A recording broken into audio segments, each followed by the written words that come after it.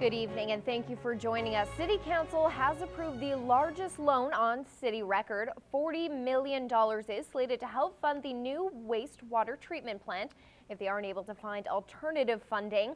City Council has only secured $9 million for the project. However, it is estimated it will cost almost $80 million.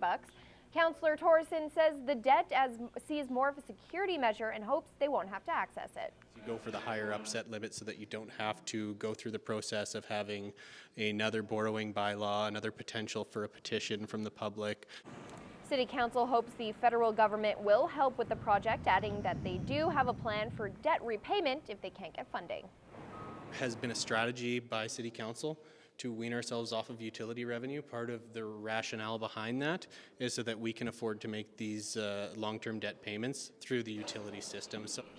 Torreson says it's too early to know if the debt load could potentially affect property taxes.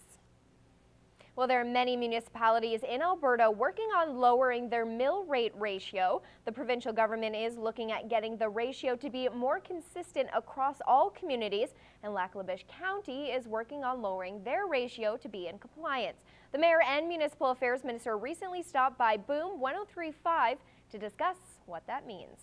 First thing that you two want to chat about, we'll be chatting with you guys throughout the course of the week, the 5-to-1 mill rate ratio policy. Okay, well, I'll let the minister explain. Let me go on. Yeah, sure. So with the 5-to-1 ratio, it's one of those things that a lot of people might not quite know about, and what it is with industry and with the towns and with the businesses and things like that. When you're looking at the different tax ratios, we wanted to try to make it a little more, I guess, consistent across the province, because there was about 19 municipalities that were kind of way above that ratio, that 5-to-1, and that's 5-to-1 with residential, right? So that that they were working on taking a little more off the big industries, and it was one of the tough ones that we had industry come to us and talk to us about, especially through the downturn, and say, hey, you know what, this is a good time to look at this and try to maybe get something that is a little more balanced, because we want to keep the industries in our communities. We want those jobs here because they make our municipalities run with those tax dollars, right? So it was one of those things where the Alberta government said, okay, well, let's start consultation on this. And when we initially started, like I said, there was 19 municipalities that were above that range, some pretty high, and some that were just above, 6-to-1, and 7 and 8-to-1.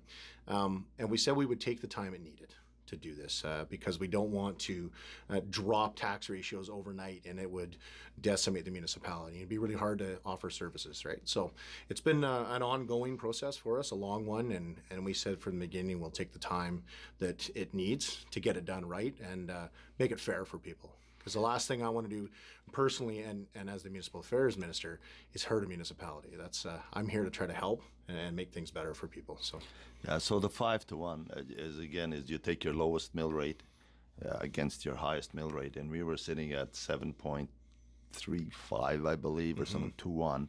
So we made a move last year to bring it a little bit closer, one end down and one end up a bit, and we're at 1 to 6.15 or 2.5. And we've sent a request for a little more time, and that will be looked at by Municipal Affairs, is my understanding. Yeah, well, and that's the thing, right? I mean, there are, like I said, there are municipalities that are very close to it, and we want that to happen over time, right? For folks to kind of go back and have a look at themselves and say, okay, well, how can we be more efficient? How can this work better for us? And there are some that are up that 19-to-1 and things like that, or 17-to-1, and that's high. Right, that's really high, and that's tough on the industries, in particular through the downturn. So things kind of got a little out of whack, I think, a little bit skewed a bit. So Lac La Biche isn't that far off. They're really close, and they do some really good work here, and the council and the mayor have done some really good work at looking at that, and really that's what it is. People have kind of taken it on themselves, the accountability to say, okay, well, how can we be more efficient? How can we be better with this and better for our residents, right? So really that's what it is. We want to work together in teamwork with the municipalities and make sure we try to do what's best for everybody as much as you can. You're not always going to make everybody happy, right? That's correct. But you try to do the best you can, and Well, and it's working with your industry partners, Yeah, exactly. which is crucial. It's So starting those conversations. Yeah. I know, like up in Fort McMurray with those in the RMWB, they hadn't had great conversations for a while. Everything was going so fast and building so much that they really didn't have the opportunity to sit down with their industry partners for a while. And through the downturn and through what was going on, they had that opportunity. So they've actually had a committee put together. They were sitting down at the table, and it's actually the 5-to-1 was one of the things they talked about, and there was a whole host of other things that they really kind of started working on together and understanding. Instead of just doing it over social media or emails, they got in a room together and went, now I understand. Okay, I hear what your issues or concerns are. Here's ours. Let's put them out on the table, right? I think that's important. A clothing designer from the region hit the jackpot in the design world. Cassandra Butt from the Funky Button in Coldlake is the only Canadian headed to New York Fashion Week. And as Justin Marshall reports, it was a dream of hers since she was 13 years old. I'm Justin Marshall from Cool 101.3. I'm at the Funky Button in Coldlake, joined with Cassandra Butt, who gets the opportunity of a lifetime. Cassandra, you get to go to New York Fashion Week, which is like the cat's meow for fashion gurus. Yeah, New York Fashion Week is one of the largest fashion weeks in the world, right up there with Paris and Milan. So how did you find out that you got to do this opportunity, and take me through the process? I was tagged in a post on Instagram about Rise New York Fashion Week, which is a new platform showcase for emerging designers around the world. And I applied, not really thinking anything of it, and got accepted. So I immediately called Mom and said, all right, Mom, we're going to New York. So September 12th, I'll be showcasing there. And how did you get into fashion as a kid? I started watching fashion shows, specifically New York Fashion Week, when I was 13 on fashion television. And I always wanted to showcase fashion as an art form and show people that it can mean more than just the clothes you wear every day. And you're actually one of the only Canadians. That's pretty cool.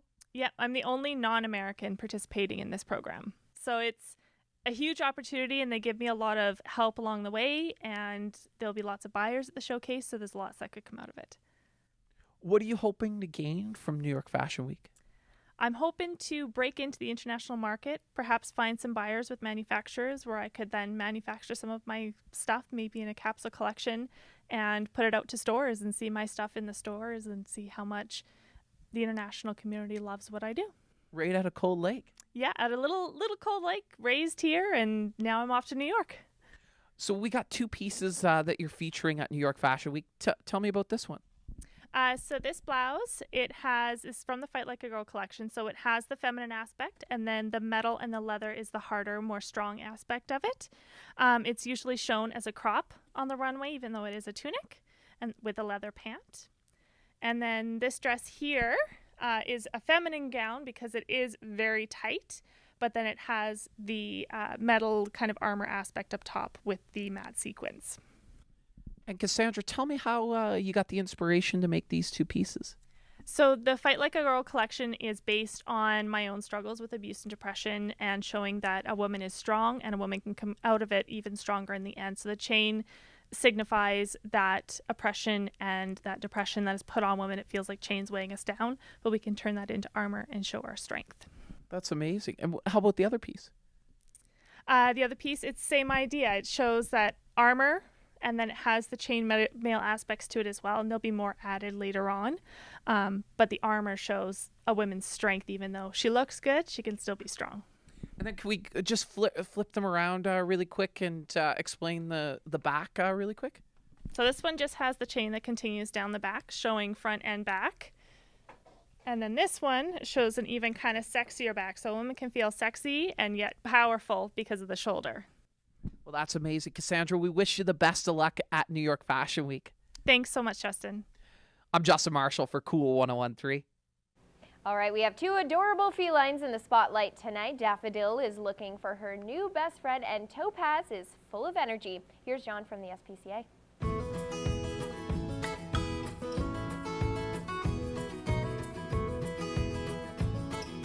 While summer may be quickly coming to an end, with Daffodil, a one-year-old feline, you can have your own flower that blooms all year round. Daffodil is such a sweet girl who just loves everyone she meets. The minute she sees you, she'll be at the front of her kennel to greet you with a soft meow, and within a few moments she'll be curled up in your lap, purring her heart out. Daffodil is a delicate flower that is sure to add a little sunshine to your day no matter the weather outside. Be sure to stop by the SPCA and meet this adorable lady today. Like the precious stone, Topaz is a strikingly beautiful kitten, but this little lady is far from delicate. Topaz is as playful and adventurous as they come. Topaz just loves to explore and seems to have endless energy. She's such a silly kitten that is sure to keep you entertained for hours with her outgoing personality. But, like all kittens, Topaz does eventually tire out. When she does, she'll snuggle up on your chest and take a well-deserved cat nap. Topaz is such a wonderful kitten that is sure to be a welcome addition to any family. So don't delay. Visit the SPCA and meet Topaz today.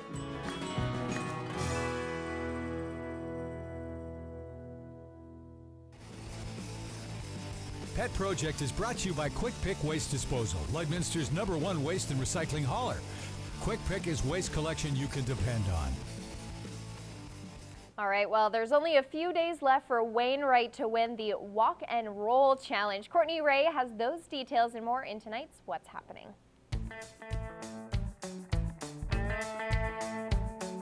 I'm Courtney Ray for 93.7 Wayne FM and Boom 101.9, and here's what's happening in the Wainwright area.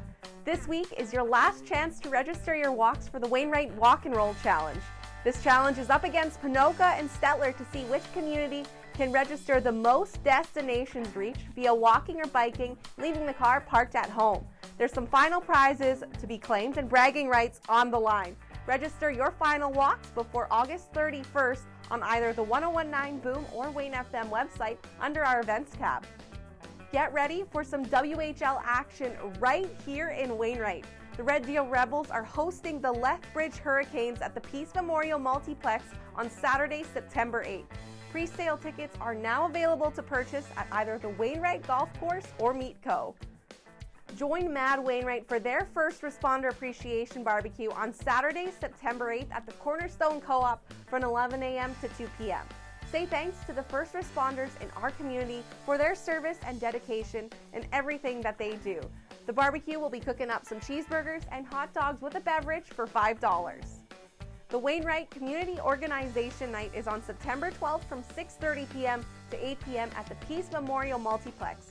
You can learn about all the sports, clubs, and volunteer opportunities that Wainwright has to offer for you and your family. If you have an event you would like us to feature on What's Happening in Wainwright, please email us at waynefm@newcap.ca.